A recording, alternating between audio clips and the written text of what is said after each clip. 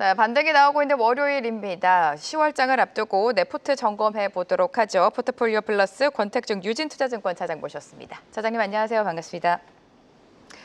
자, 이번 주 또 어떤 섹터를 봐야 될지 바로 만나보도록 하겠습니다. 집중과 회피입니다. 집중에는 금융 가지고 오셨고 회피에는 자동차인데 지금 뭐 9월장이 얼마 남지 않았습니다. 내일이면 네. 9월장이 끝나고 10월장에 또 집중을 해봐야겠죠. 금융을 가지고 오신 이유가 무엇일까요? 네, 뭐 금융이라고 했지만 사실은 증권이라고 보시면 될 것 증권이요? 같아요. 네, 증권주에 대해서 좀 긍정적인 의견으로 가지고 와 보았고요. 일단은 지난주 이제 주 막판 막바지에 갈수록 조정이 좀 강하게 나왔습니다. 코스피 같은 경우도 대략 한 3거래일 정도 빠졌다고 볼 수가 있겠고 지수 조정이 좀 있었는데 지금 증시 예탁금이 이제 주변 자금이 굉장히 많습니다. 뭐 기사상으로는 3년 8개월 만에 75조 원을 돌파했다. 고객 예탁금이 굉장히 가파르게 증가하고 있다. 이런 기사들도 많이 접해 보셨을 것 같습니다. 증시가 단기 조정을 받는다고 하더라도요, 개인 투자자들이 유입될 수 있는 자금이 굉장히 여전히 풍부하게 많이 있다라고 하는 게 증권주를 사야 되는 이유 중 하나가 될 것 같습니다. 단기적으로 이제 반도체 중심으로 차익 실현 매물이 좀 출회가 되면서 뭐 관세에 대한 리스크 이런 것들 때문에 잠깐 조정을 받긴 했습니다만 오늘 또 보더라도 증권주들 반등 강하게 나오고 있고요. 그리고 반도체 관련된 종목들도 또 올라오고 있습니다. 그래서 더불어서 뭐 금리 인하 관련돼서 트레이드 오프됐던 종목들, 바이오가 좀 대표적이죠. 그런 종목들도 시세가 다시 나고 있습니다. 우리 증시가 생각보다 체력이 굉장히 강하다라고 볼 수가 있을 것 같고요. 뭐 저희 이제 연휴 앞두고 있기 때문에 수급 공백에 대한 우려가 살짝은 네. 있습니다만 이런 공백 때문에 빠지는 것들도 어떻게 보면은 지난주에 이미 어느 정도 반영이 된 것 같아요. 그래서 이번 주에는 증권주 중심으로 우리가 바라보면은 좋지 않을까 해서 증권주로 가져가 보았습니다. 네, 이렇게 시장이 상승하면 상승할수록 증권주의 호실 쪽에 대한 기대감이 커집니다. 금융 안에서도 증권주 오늘도 시세를 내주고 있죠. 증권주를 좀 살펴보자라는 말씀해 주셨고 회피 섹터로 자동차 가지고 오셨는데 자동차는 뭐 사실 연일 수개월째 좀 부진한 모습을 보여주고 있습니다. 관세라는 발목에 계속해서 좀 잡혀 있는 것 같은데 다시 한번 회피 섹터 좀 관망하자라는 이유는 뭘까요? 네, 뭐 관세가 가장 큰 이유가 될 것 같고요. 네. 이게 이제 생각보다 좀 지루해지고 있어요. 이 관세 협상이라는 게 아무래도 이제 뭐 다 같이 안 되면 상관이 없습니다. 뭐 EU도 안 되고 일본도 안 되고 우리나라도 안 되면 뭐 같은 시장 이런 규제 환경 속에서 움직이는 거기 때문에 우리나라 자동차의 경쟁력으로 갈 수 있습니다만 지금은 이번에 이제 EU도 자동차 관세 협상이 끝났죠. 북미와 함께 끝냈습니다. 그래서 15%로 관세율이 내려갔고요. 우리나라 지금 현대차와 기아차만 거의 이제 25% 주요 플레이어들끼리 그러니까요. 비교해 보면은 뭐 엄청난 좀 허들을 가지고 모래주머니를 차고 지금 경쟁을 하는 그런 형국이라고 볼 수가 있겠습니다. 거의 뭐 4월부터 치면은 거의 반년 가까이 지금 지속되고 있는 건데 이런 상황에서는 이제 한 분석에 따르면은 매달 한 7천억 정도 관세 부담이 계속될 수 있다. 현대기아차 합쳐서 이런 전망도 좀 나오고 있습니다. 소비자한테 적극적으로 관세에 대한 가격을 전가하기도 이제는 어렵고요. 왜냐하면 이제 일본이나 EU 같은 경우는 이게 협상이 끝났기 때문에 온전히 좀 기업이 맞아야 되는 상황이 될 수도 있습니다. 이런 것들이 우리나라 자동차 업계에 있어서는 굉장히 부정적인 이슈가 지속되고 있다고 볼 수가 있겠고요. 미국과 우리나라의 이제 협상에서 나오는 여러 가지 말들을 살펴보았을 때는 관세가 뭐 결렬되는 것까지는 아닌 것 같습니다만 네. 이 세부적인 뭐 금액이라든지 얼마까지 현금으로 주고 어느 정도를 다른 형태로 투자를 들어갈지 이런 것들이 계속 아직 정해진 바가 없는 것 같습니다. 아마 이제 또 연휴가 껴있기 때문에 뭔가 실무적인 협상이 좀 더 길어질 수도 있다는 생각도 또 드는데요. 이런 것들을 고려해 봤을 때에는 자동차는 이런 것들을 해결되기 전에는 조금 관망을 해보자 이렇게 말씀드리겠습니다. 네, 일본에 이어 EU까지 자동차 관세 협상이 마무리가 됐는데 우리나라만 아직인 상황입니다. 그렇기 때문에 자동차주는 좀 관망해서 지켜보자. 아직까지는 좀 기다려보자라는 관점이신 것 같고요. 지난주 포트 복귀를 해보도록 하면 지난주에는 집중 섹터가 화장품이었습니다. 여전히 유효하다고 보십니까? 네, 오늘의 상승이 좀 그것을 증명을 해주는 것 같습니다. 네, 오늘 강하죠. 굉장히 강하게 올라오고 있고요. 뭐 탑픽으로는 그때도 이제 실리콘2, 뭐 차선책으로 APR 이렇게 말씀드렸었는데 APR 같은 경우 오늘 뭐 7%대 이상 상승이 좀 나오면서 고점 트라이를 하는 모습도 보여지고 있는 것 같습니다. 결국에 이제 2분기가 굉장히 좀 비수기적이기도 했고요. 관세 협상에 대해서 미국 관세 이슈 때문에 상당히 좀 실적이 좀 저조했던 쇼크가 났던 부분도 많이 있습니다. 근데 이런 것들은 이제 다 지나갔다라고 보시는 게 맞는 것 같고요. 지금부터는 이제 3분기 그리고 4분기 뷰티의 KB도 시큐리티에 있어서는 성수기라고 볼 수가 있습니다. 네. 이런 것들이 실적의 온기로 반영될 수 있는 기대감이 있고요.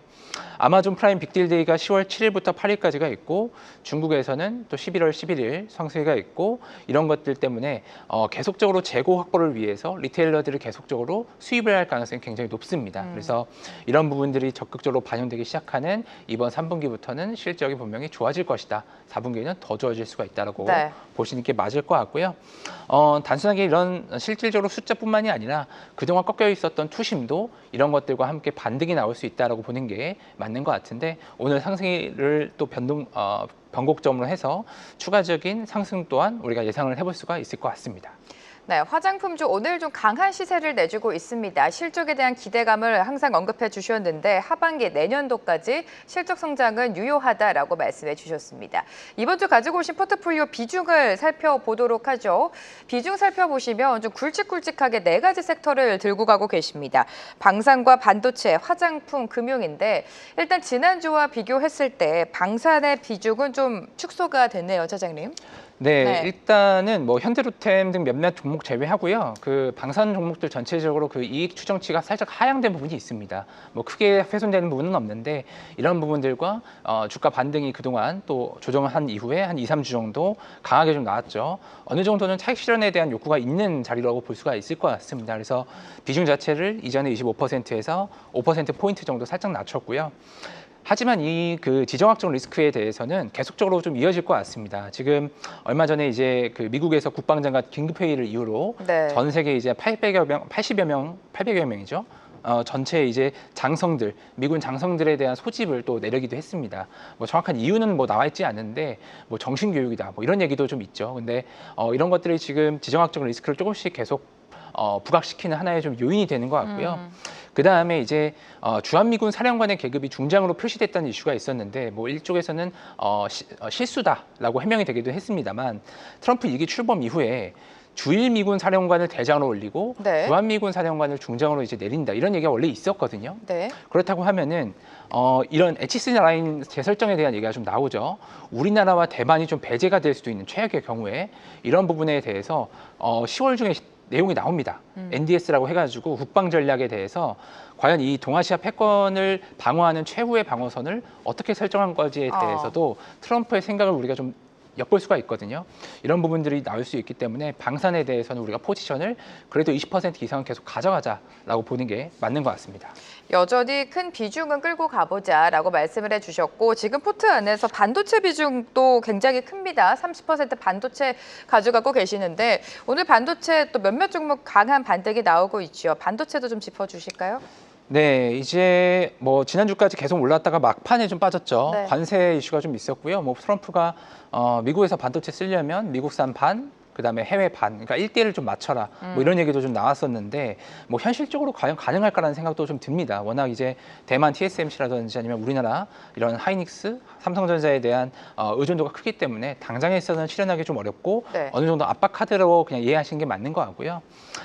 전체적으로 그동안 HBM이 이끌어왔던 시장 자체에서 디램과 낸드 그리고 PC와 서버를 넘어서 소비자 단까지 전체적인 가격 상향이 계속 이뤄지고 있습니다. 이런 리서치 업체들에 따르면은 네. 내년 1분기의 가격치도 굉장히 플랫한 부분에서 전망치가 많이 상향되고 있거든요.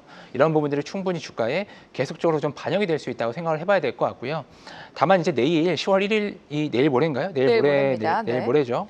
9월 한국 수출액이 이제 확인을 할 수가 있어요. 반도체 수출이 얼마나 잘 나왔는가 우리가 알 수 있다는 뜻인데 지금 9월 한 20일까지는 전년 동월 대비해서 좀 뭐 기저 효과가 있어가지고 좀 감소세가 나오긴 했습니다만 9월 말에는 좀 급증했을 수 있는 가능성도 얘기가 나오고 있긴 하거든요. 근데 만약에 생각보다 좀 부진하다 그러면은 이걸 빌미 삼아서 조정이 나올 수도 있어요. 근데 제 생각에는 이걸 빌미 삼아서 조정이 나온다고 하더라도 네. 매수 관점으로 보시는 게 맞다. 그래서 반도체는 20-30% 정도는 끌고 가자 이렇게 정리 드리겠습니다. 반도체 9월 수출 데이터가 곧 공개가 되는데 수출 데이터가 안 좋다고 하더라도 조정 시 매수 관점은 여전히 유효하다라고 말씀해 주셨고요. 오늘 금융을 비중을 15%에서 25% 확대했고 앞서서 금융 안에서 증권주 보고 계신다. 증권주 탑픽 들어볼게요. 네, 증권주 탑픽은 네. 미래에셋증권입니다. 계속 미래에셋증권 말씀드리고 있는 것 같은데요. 그러네요. 네. 브로커리지 부분에 있어서도 미래에셋증권이 굉장히 잘하고 있어요. 국내 주식 마켓쉐어에서 2위고요. 해외 주식도 뭐 전통적으로 유명하죠. 글로벌 점유율, 그러니까 해외 주식 쪽 점유율이 한 10% 중반 상위권을 계속 유지하고 있습니다. 지금 이제 이벤트가 사실 제일 큰 게 이제 네이버 파이낸셜과 두나무의 이런 지분 교환을 따른 합병권, 이것이 제일 큰데요.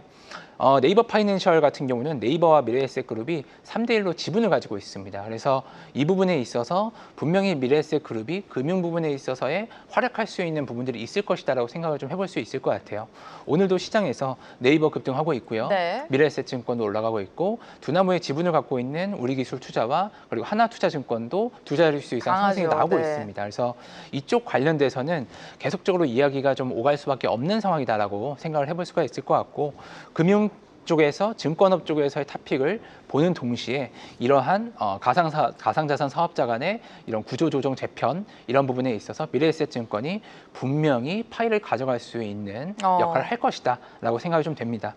제가 이제 보니까 네. 미래에셋증권 쪽에서 블록체인 개발자를 직접 채용도 하고 있더라고요. 네. 그래서 분명히 이쪽에는 뜻이 있다고 볼 수가 있겠고 이런 측면에서는 탑픽으로 미래에셋증권으로 말씀드리겠습니다. 네, 오늘 네이버와 두나무 소식까지 전해지면서 관련주들이 좀 급등이 나오고 있는데 미래에셋증권도 추가적인 상승을 기대해 볼 수 있다라고 진단해 주셨고요. 방산 안에서는 한국항공우주 지난 시간에도 언급해 주셨는데 여전히 탑픽으로 가지고 오신 것 같아요. 네, 네. 뭐 여전히 탑픽이고요. 일단은 가격이 한번 급등한 이후에 살짝 횡보를 하고 있어요. 그렇죠. 네. 뭐 특별한 가격 변동 없이 좀 유지가 되고 있으나 분명히 들어갈 만한 자리다라고 생각이 좀 들고요. 26년부터 이제 KF-21이라고 하는 4.5세대 전투기가 이제 인도가 될 예정입니다. 그렇다고 하면은 기존의 뭐 T50, 뭐 KUH 이런 제품 완제기 판매에서 넘어서서 새로운 좀 밸류를 충분히 받을 수 있다라고 생각을 하고요. 이제 글로벌적으로 뭐 밸류에이션에 대한 논의가 계속 좀 오가는 것 같긴 합니다. 지금 뭐 싸다 비싸다 얘기는 있는데 제 생각에는 지금에 갖고 있는 27조 원의 수주 잔고 그리고 KF-21에 대한 모멘텀 생각을 해보면 지금 들어가셔도 괜찮다 정리드리겠습니다. 지금 주가가 좀 매력적이다라고 판단하신 것 같습니다. 한국우주까지 체크해봤고요. 단기 트레이딩 관점, 단기 트레이딩 종목이 지금 중요할 것 같습니다. 연휴 앞두고 그 전에 어떤 종목 공략할까요? 네, 짧게 보면 YG엔터 말씀드리겠습니다. YG요? 네. 고환율 수혜주기도 하고요. 그렇죠. 수출을 많이 하죠. 외화를 많이 벌어들이고 네. 있습니다. 그다음에 관세 회피처기도 합니다. 관세에 대해서 엔터 쪽은 좀 영향이 없기 때문에 이런 관세 리스크가 계속 부각되는 중에서는 우리나라에서는 좀 관심 가져볼 만하다 싶고요. 블랙핑크 3분기 월드 투어 실적이 이제 3분기 실적에 찍힐 거라서 실적 관련된 기대감도 우리가 가져갈 수가 있겠고, 갤럭시 코퍼레이션이라고 하는 지드래곤의 소속사죠. 여기가 이제 10월 중에 예비 심사 청구 예정이 되어 있습니다. 아마 뭐 가격은 설왕설래가 좀 있기도 합니다만 1조 원 이상까지도 유니콘 특례를 활용해서 올라오려고 한다, 이런 움직임이 좀 있거든요. 그렇다고 하면은 상당히 이제 상장사 대비해서는 밸류에이션을 높게 쳐주는 거예요. 그렇다고 하면 YG엔터, 뭐 SM, JYP, 하이브 이런 기업들의 밸류에이션도 다시 한번 동반 재평가 받을 수 있는 그런 모멘텀이 있기 때문에 YG엔터를 그 중에서도 탑픽으로 선정드리겠습니다. 엔터 안에서 YG엔터를 단기 트레이딩 탑픽으로 가지고 오셨습니다. 주가 추이 함께 지켜보도록 하고요. 권택중 유진투자증권 차장과 오늘 이 시간 함께했습니다. 감사합니다, 차장님. 계속해서 다양한 경제 이슈를 알고 싶다면 구독과 좋아요, 알림 설정 부탁드립니다. AI 캐스터 권미정이었습니다.